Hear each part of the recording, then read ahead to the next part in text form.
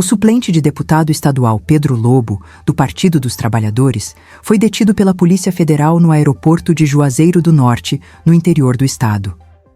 A acusação é de importunação sexual. O fato ocorreu logo após o desembarque de um voo comercial, dentro do terminal de passageiros. Uma mulher de 33 anos formalizou a denúncia, alegando que o político teria utilizado o momento de movimentação no desembarque para encostar suas partes íntimas nela de forma deliberada. O parlamentar foi conduzido imediatamente para prestar esclarecimentos e submetido a exames no Instituto Médico Legal. A gravidade da acusação e a celeridade da detenção colocam Pedro Lobo no centro de uma crise que ultrapassa a esfera criminal e atinge diretamente a imagem de sua legenda no Estado. Para entendermos quem é o personagem central deste caso, precisamos olhar para sua trajetória no Cariri cearense. Pedro Lobo iniciou sua vida pública com força na cidade do Crato, onde foi eleito vereador em 2016 e reeleito em 2020. Nas eleições gerais de 2022, ele buscou um espaço na Assembleia Legislativa do Ceará pela Federação Brasil da Esperança, composta por PT, PCdoB e Partido Verde. Embora tenha ficado na sexta suplência, as articulações políticas e as licenças de titulares permitiram que ele assumisse o mandato temporariamente em 2024 e, mais recentemente, de forma titular em junho de 2025. O registro da ocorrência pela Polícia Federal indica que o depoimento da vítima foi colhido ainda na manhã de segunda-feira.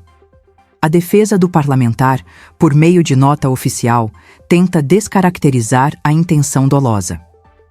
Os advogados afirmam que o episódio não passou de um mal-entendido causado pelo fluxo intenso de bagagens e pela aglomeração comum em áreas de desembarque. A defesa não tem dúvida nenhuma da inocência do deputado Pedro Lobo nesse episódio que não passou de um mero mal-entendido em uma zona de desembarque que, por natureza, é confusa, com muita gente e que causa interpretações equivocadas, como a que houve no episódio do deputado.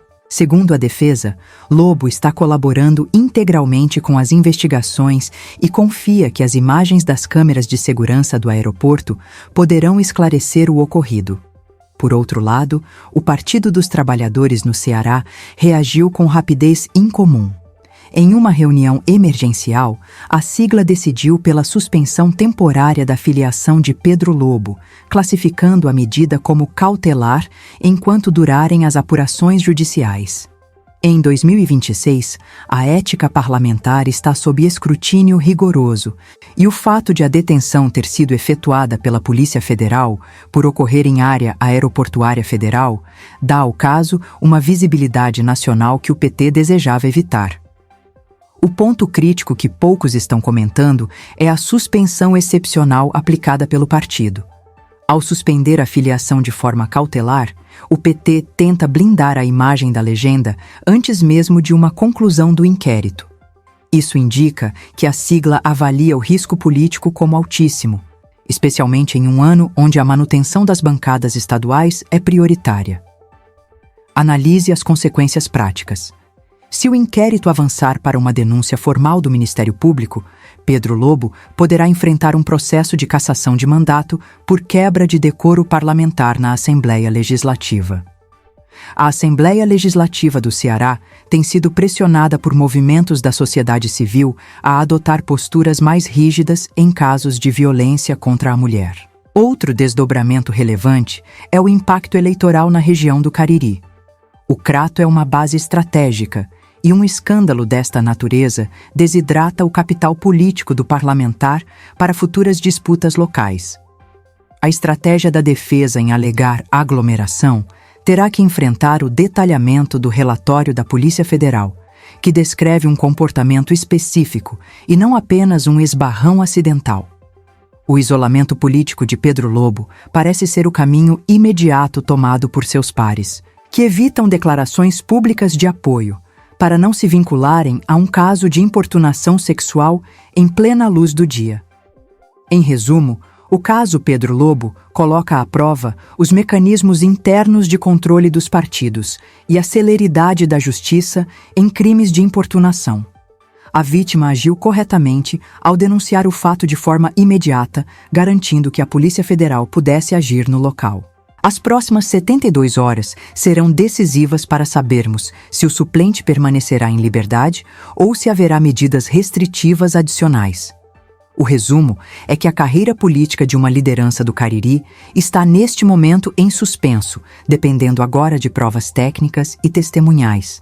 Aqui no Jornal Resenha Diária, mantemos o compromisso de trazer os fatos sem julgamentos antecipados, mas com a seriedade que o cargo público exige. Seguiremos acompanhando o desenrolar desta investigação no Ceará e as movimentações dentro da Assembleia Legislativa.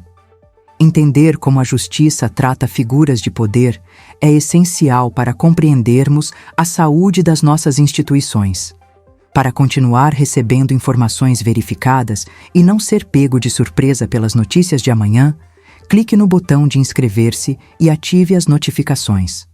O Jornal Resenha Diária agradece sua audiência.